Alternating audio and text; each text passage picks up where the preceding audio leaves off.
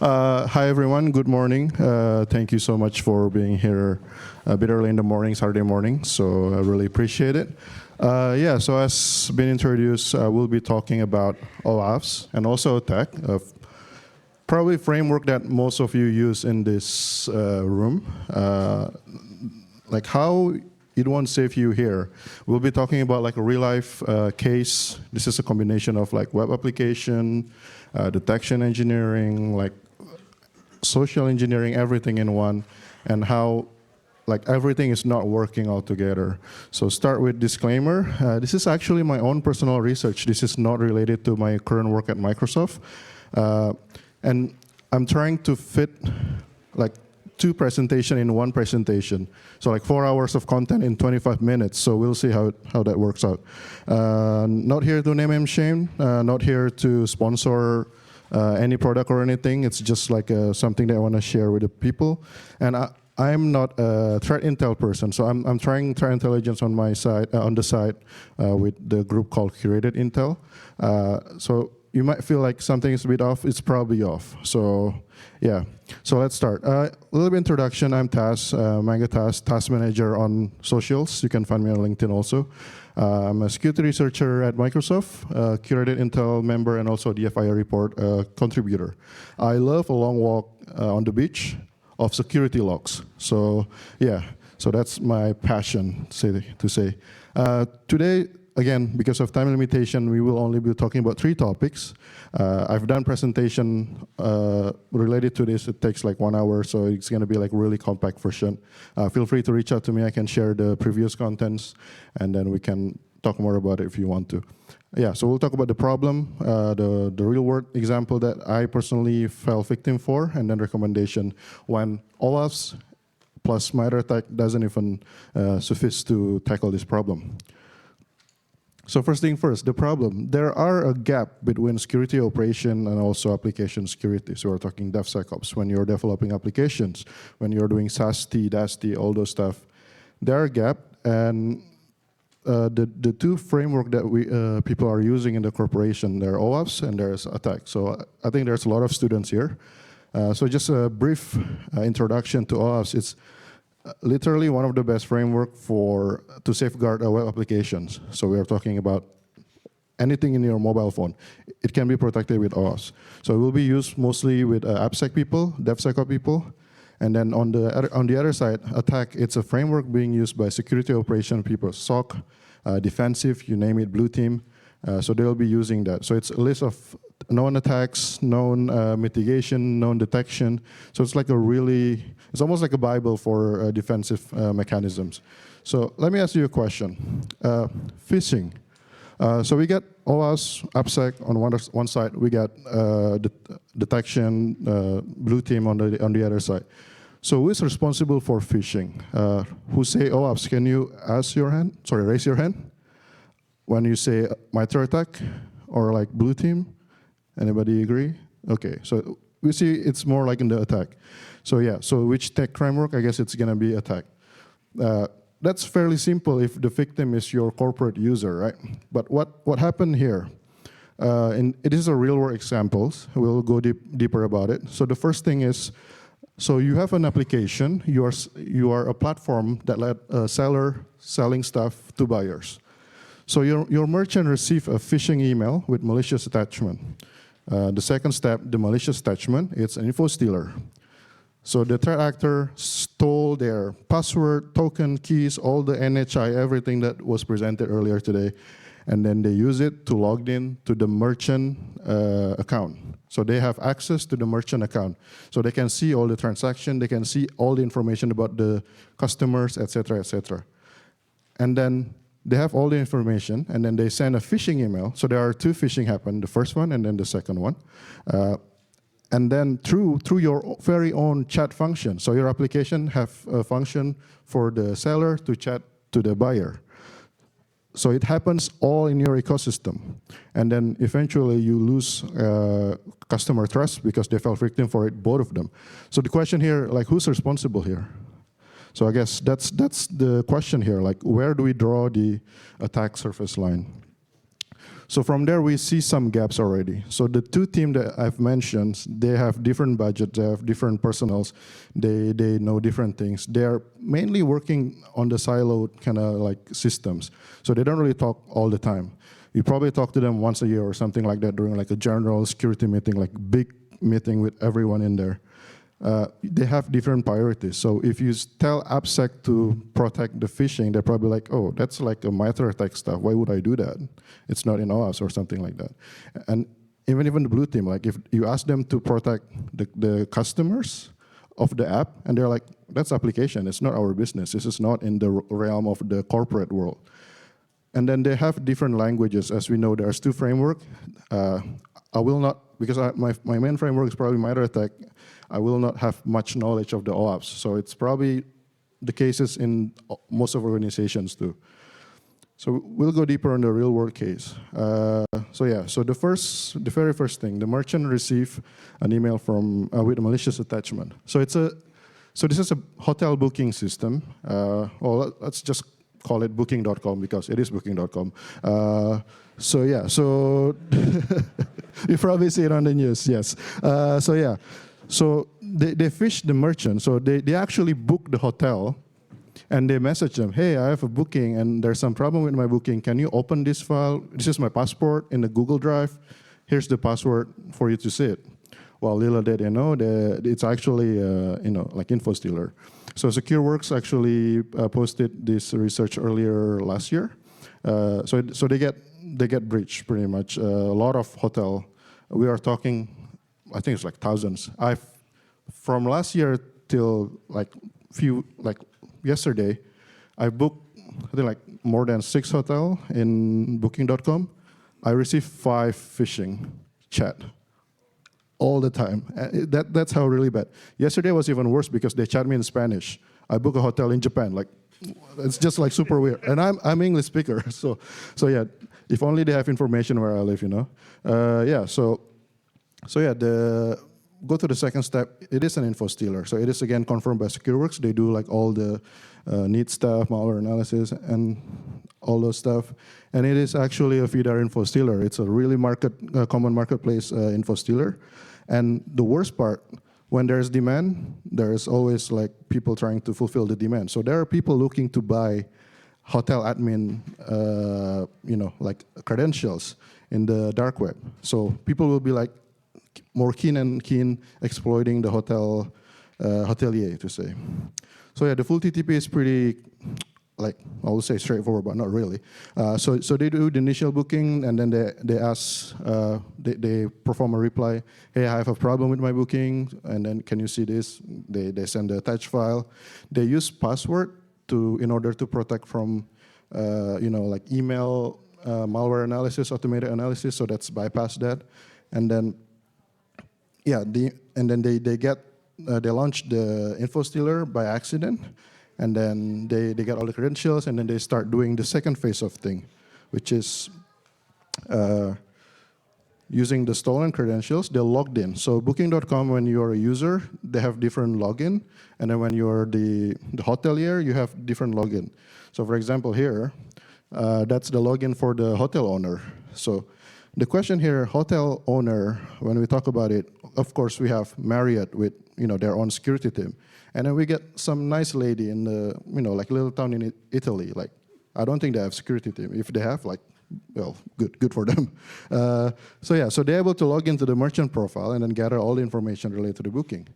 So the problem with that, they are smart. They use the tools. I've did more research on the platform itself. I have a copy of the source code of the platform. There will be not enough time to talk about it here, unfortunately. We can chat about it later. So yeah, so the phishing is really bad because first thing first, they have all the information needed. So they have my literally booking number. They have my hotel name, my hotel location, and they have everything pretty much. And then, for example, they send a link and they put the reservation ID in it. Although the link is a little bit, like there's some typo and stuff, but the reservation ID, I'm probably thinking like, oh, there's no way phishing can get those information, but I guess I'm wrong. And then they actually send the fish, so that window over there, those are actually the official booking.com chat. If someone send you a message from official booking.com chat, you will not ask second question. I didn't. I clicked the link anyway. So that's even the problem. I'm a security researcher, and I click the link. Thankfully, the link is not like stole the credentials right away, so it's actually asked for credit card information. So for example here, you see this hotel, the booking.com. The web page is literally the same with booking.com. Why? Because they use literally booking.com code to write the phishing. If you compare the class, if you compare all the element of that, it's literally the same. The only difference, they have a lot of JavaScript in the back processing the data and validation. So for example, yeah, if you don't put the right phone number, they will tell you, oh, this is wrong phone number. This is not a Canadian phone number or something.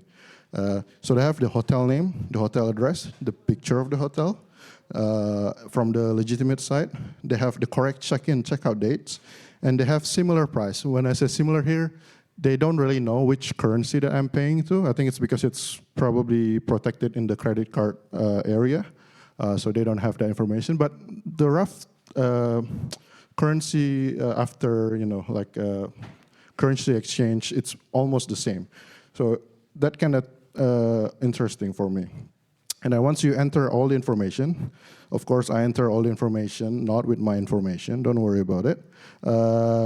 And then we get the price again, and then they ask for credit card number. Oh, my bad, who did that? So the interesting about this credit card number, for example, you have MFA these days, right, for protection. You have, I think they have 3DS, something like that in the Europe. So they keep that in mind. They actually have a mechanism in the back end when it asks for MFA. They actually have a Telegram bot that will send like a message to the user like, hey, you need to send MFA, and then they will reply to the Telegram bot, and they send the MFA code that they receive. So pretty much the user already breached. Again, like how would a normal user know? Because I would say half of the people who probably fell for it when it happens to you. So that's really bad because it's all happening in the application security area, and nobody is taking responsibility for that. And then what happened next? Everybody fell victim for it. So previously it's on Booking.com. Now it's on Expedia, Airbnb, Agoda in Asia. There's a lot of other platforms. This framework called Telecopie, which is ESET just recently released like a full paper on that, so you can check on that. So for example, in Australia is the smallest area being targeted. So they have 900% increase. I think the loss is about like $200,000, 1,000 of people, something like that. That's the smallest area. The biggest area is Europe, Poland, like Romania, etc. They get targeted more, and we don't have the number. We're probably talking millions, hundreds of millions, we never know. And then even worse, when Taylor Swift Philippines forum is talking about how there's a phishing in your website, it's really niche, and yeah, it's not good for your company. So what we can do better, right? Here are some recommendations that I would say. So again, we get the three problems that we identify, or the gaps we call it. So they're like lacking of cross-team collaboration. So it's important to connect the different teams. Sure, we do like, oh, red team, blue team, purple team, just mix the color. But what about AppSec? Do you mix it together? Do you include it in your, like end-to-end kind of detection or protection mechanism? So it's always good to include, because when you're pushing out application, it's becoming your own responsibility to protect. Like who's gonna protect them? It's not gonna be like some random government agency or like some, like Microsoft, Google, or anything like that. It will be your priorities. And if you lose trust on your platform, that's it. That's your bread and butter. That's your business, right? And then, yeah, you need to align priorities. You have to mix everyone together, create an end-to-end from the application development all the way to the end. For example, when you're building application, you need to involve, for example, the security operation, because they know, for example, how to detect malicious users, because they've been doing it in the Active Directory, in the cloud, etc. So you can learn a little bit from them for the AppSec folks. And then common language, you can create your own in a sense, but you can always kind of like teach each other like the lingos that you've been using. So that's more like high levels. Let's talk about hands-on recommendation that you can implement. So protecting the merchant, so like the seller. So they get just a reminder, they get breached because of the stolen credentials. So we need to treat them as corporate. So you protect your user when their credentials being stolen. You know that it's not them when they're not logging from their usual ISP, when they're not logging from the same country, when they're logging from 2 different areas. So we can use that also here. Sure, it's much more money to spend, but comparing to the loss of business, yeah. So it's something that you need to reconsider. Secure practice, of course, teach them to utilize security best practice such as MFA, how to identify phishing and such. Intelligence, once you receive. You probably receive all this information as a corporation before the user. So it's always good to share that in the form of email. You put it on your web page, on the first page of things. So it's always good to do that. And activity, monitor suspicious activity for the merchant account. For example, when they suddenly send thousands of chats to multiple users at the same time, when they send suspicious links in the chat messages. So all the activities in there, like you have to kind of monitor. And you ask, like, oh, we didn't log the chat. I mean, like, it's your application. You can log it if you want it, right? So you have the capability to do that. This is not like Teams. This is not like Slack that you don't have access to. It's your application. Whatever you want to put in the log, you can put it in the log. Don't lie to yourself. And then protecting user, pretty much the same most of the time. Identity is the same. Secure practice is also the same. Intelligence is probably a bit more different. You might want to use your email newsletter, or maybe you can target certain users that are being targeted by sending like specific app notifications. And then for the activity, you can also check when user are clicking, like a chat URL from chat or like from messages, so you can track if they're clicking some phishing links. Check user-to-user interaction, and then check if suddenly inactive user becoming active. It's questionable also. Another 3 superpowers that you can use. Intelligence. The reason why I found the connection between the Booking.com and then with some other e-commerce platform is because I use a tool called urlscan.io. So it's actually pretty good because it connects the websites, not because of the domain name. It's more like the components of the website. So the JavaScript being used, the CSS, the HTML. So it can connect everything. So it's good to cluster different, phishing page, for example. You have services like domain or brand monitoring, brand impersonations and such. For sure, your threat intel people will definitely monitor the threat actor forum in the dark web. And you need to also act when user reporting something as fast as possible. It was not my experience with Booking.com. It takes them to reply to me like few months after there are news. It takes them some time. So it's always good to respond to your user as soon as possible. And then again, combining DevSecOps and SecOps, and then instead of just relying on protection and mitigation, you have to enable application monitoring and detection. Because why? Because protection and mitigation will always fail. That's what I found. You see all the CVEs, you see all the other stuff. The only reason they know about it, either somebody told you about it or they detect it because they see something suspicious. It's not supposed to be there. So I've worked on this framework with my friends, Wahyu.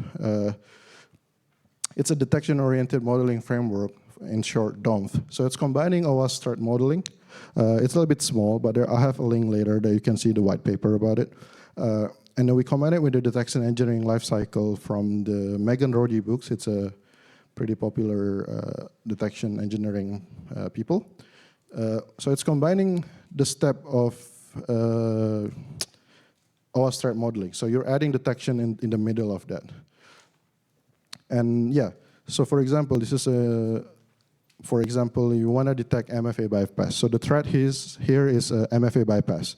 So how do you know when MFA is being bypassed? Usually you will see some impossible travel from the user. You might have unusual IP that not usually logging into your system. You have unusual user agent, incomplete login chain. So for MFA, you have to log in, you get prompted, there's an MFA. So that's the full chain. If you check there is no full chain, then it's a questionable thing that happened. So and then you ask yourself, okay, what do I need what is the capability I need to detect those? So for example, you need to collect data on the successful logins. For example, to make sure the chain is complete, right? If you don't know if the login is success, like how do you know when they complete the MFA? You need the MFA operation again, and you need aggregation platform because you are mixing different data together, and then IP enrichment. If you want to detect impossible travel, you have IP. You need to know if this IP in Russia or in Canada. And lastly, you need to collect historical data. So you will need some big storage, like 30 days or something. How do you know something unusual unless you know something is usual, right? So you have to collect the data. And then detection components is pretty much like small tiny bits that I need to log. When I build application, I need to log, for example, IP, so I can enrich the IP, so I know where's the IP logging in. Timestamp, so I know if this login is, like last month or this month. And then there are things like the login status, MFA status, user agents, usernames, user ID, etc. And then from there, go to step D. You kind of look in and ask yourself, is this worth our time or not? Is it worth our money? So you see, when MFA bypass threat actor logged in, when they successfully bypass the MFA, they're technically inside. For example, on the booking.com, when they're logged into the admin panel, they are the admin. So that's really bad. That's already high priority. And then you're seeing a lot of attacker in the middle platforms, such as Evelyn Nginx2, and some other platforms. So the threats are out there, people are exploiting it, and then because of that, you know that, okay, I will need to create this detection. And then that's kind of the idea for the framework. This is just some demo explanation. There, we will feel it more and more and more. So this is MITRE ATT&CK for web app abuse plus detection, et cetera, et cetera. So yeah, so we are looking for organization or people that want to partner with us just to apply the framework in the organizations. Yeah, so for example, for the booking.com, okay, for the chat, okay, we need to log the chat, we need to log the URL, we need to maybe send the URL to Firestore or something, check what's going on with the URL. So those are the ideas, and there are a lot of functionalities from the web application that we can kind of draw the attack path from. So it is something that is not being seen, not MITRE ATT&CK, not OWASP. So yeah, so that's pretty much the talk. Thank you so much. Yeah, there's thank you for the people that have been helping me. The slide deck can be found on the barcode over there. You can connect with me on the social media below. Thank you so much, everyone.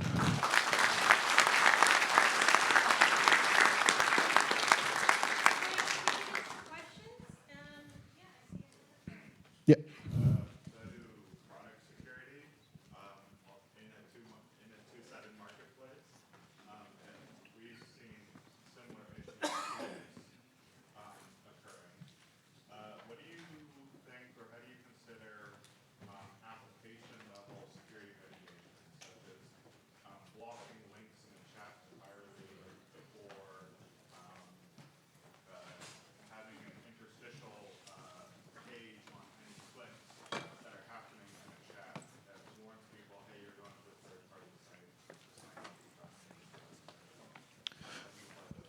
Yeah, I think those are part of the OWASP. I think it's probably listed there as some mitigation part. Yeah, those are things that you can definitely do, but there are challenges. Your product security, so some challenges. Some for hotel, for example, they might need to for the user to upload certain documents, passport, etc. So it will be different between organizations, and again, yeah. Eventually, the user, sure, you'll warn them, okay, you're going out from the official websites to a phishing page or something like that, but they will still click it, right? So that's kind of the idea of why detection is always important as the last layer of things. But if you are able to do that, it's something that you have to do. Fortunately, yeah. Yeah.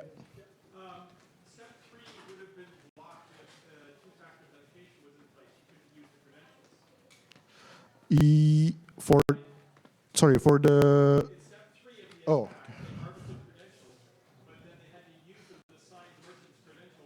Yeah.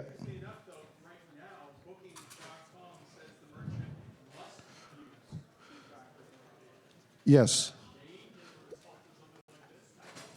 Yeah, well, what if they stole the token, right? So they can just replay the token. I'm not sure how they work, like how the back end of things. MFA will stop it for sure if it's only like password stuff. They might change it. I'm not sure what happens between those days. Yes. So yeah, because, for example, when the info stealer also steal like tokens from web browsers and stuff like that. So they might acquire the tokens and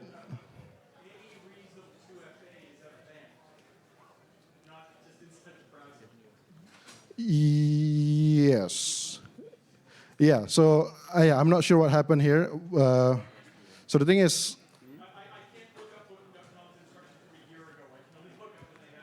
yeah.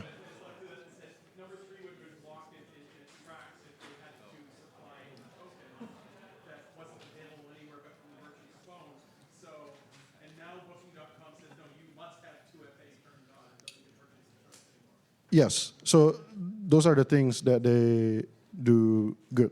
Yeah. So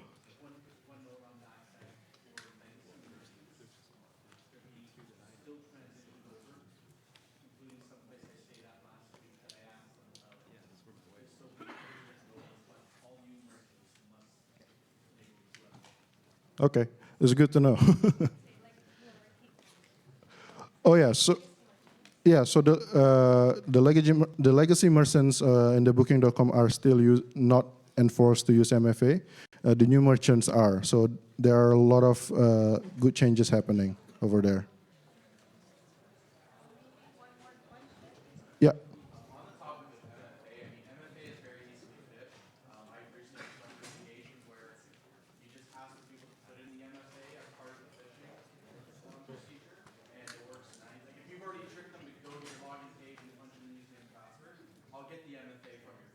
Yeah.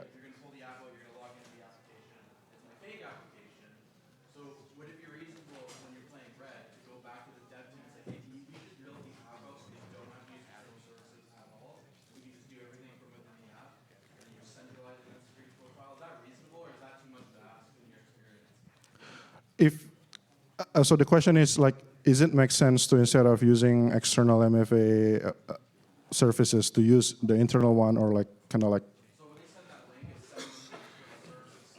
yeah. Yeah. Okay.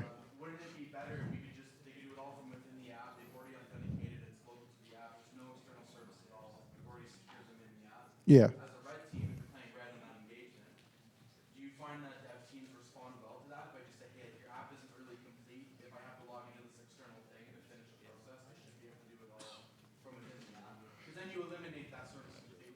Yeah. No. Well, first thing, I'm not a red team, so I never asked that question. So you'll probably be the person that might be able to ask that question. But I think if sometimes it's difficult for the developer to create everything in house. We're talking about different range of application. Booking.com, maybe they're able to do it because they have like pretty extensive team.